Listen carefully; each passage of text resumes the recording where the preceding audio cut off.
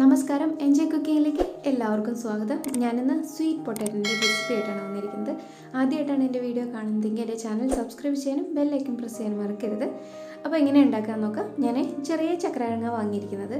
അപ്പോൾ അത് തൊലിയെല്ലാം ചിരണ്ടി കളഞ്ഞ് കിഴക്കി വൃത്തിയാക്കിയതിന് ശേഷം ഞാനിതാ കുക്കറിലേക്ക് ചെറിയ കഷ്ണങ്ങളായി അരിഞ്ഞത് ഇട്ട് കൊടുക്കുകയാണ് ചെയ്യുന്നത്.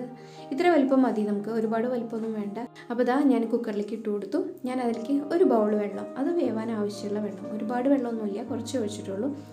ആ വെള്ളം ഒഴിച്ചു കൊടുത്തു. ഇനി നമുക്കതിലേക്ക് കുറച്ച് ഉപ്പും കൂടി ഇട്ട് കൊടുക്കാം. അത് വേവിക്കാനുള്ള അതിനാവശ്യമുള്ള ഉപ്പ്, ഒരുപാട് കൂടരുത്, കുറച്ച് തന്നെ ഇട്ട് കൊടുക്കാവൂ. ഉപ്പ് ഇട്ട് കൊടുത്ത് ഞാനിതാ കുക്കർ അടച്ചു വെച്ചു. സ്റ്റൗ ഓൺ ചെയ്തിട്ടുണ്ട്. ഒരു വിസിൽ കുക്കറിൽ വന്നതിന് ശേഷം ഞാൻ സ്റ്റൗ ഓഫ് ചെയ്തു. ആ കുക്കറിൻ്റെ വിസിൽ എയറെല്ലാം തന്നെ പോയതിന് ശേഷം ഞാനിതാ കുക്കർ തുറന്ന് നോക്കുകയാണ്.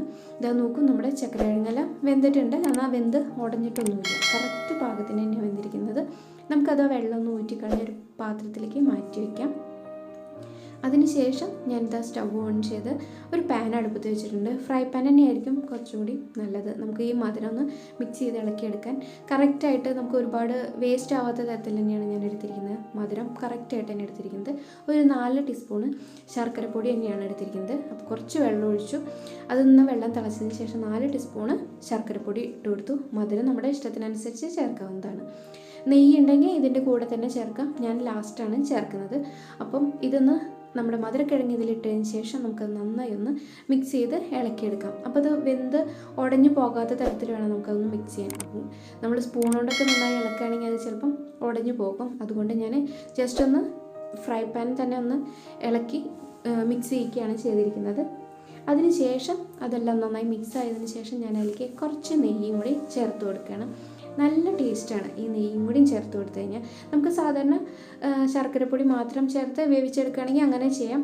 പക്ഷെ അത് ലാസ്റ്റ് ഇങ്ങനെ ചെയ്യുകയാണെങ്കിൽ കുറച്ചും കൂടി നന്നായിട്ട് നമുക്ക് ചക്രക്കിഴങ്ങിൽ മധുരവും നെയ്യും കൂടി പിടിക്കുമ്പോൾ നല്ല ടേസ്റ്റ് ഉണ്ടായിരിക്കും. നെയ്യ് ഓപ്ഷണലാണ്, നമുക്ക് ഇഷ്ടമുണ്ടെങ്കിൽ ചേർത്താൽ മതി. അപ്പോൾ നമ്മുടെ സ്വീറ്റ് പൊട്ടാറ്റോ റെഡി ആയിട്ടുണ്ട്. അപ്പോൾ ആദ്യമായിട്ടാണ് എൻ്റെ വീഡിയോ കാണുന്നതെങ്കിൽ എൻ്റെ ചാനൽ സബ്സ്ക്രൈബ് ചെയ്യാനും ബെല്ലൈക്കൺ പ്രസ് ചെയ്യാനും മറക്കരുത്. Thank you.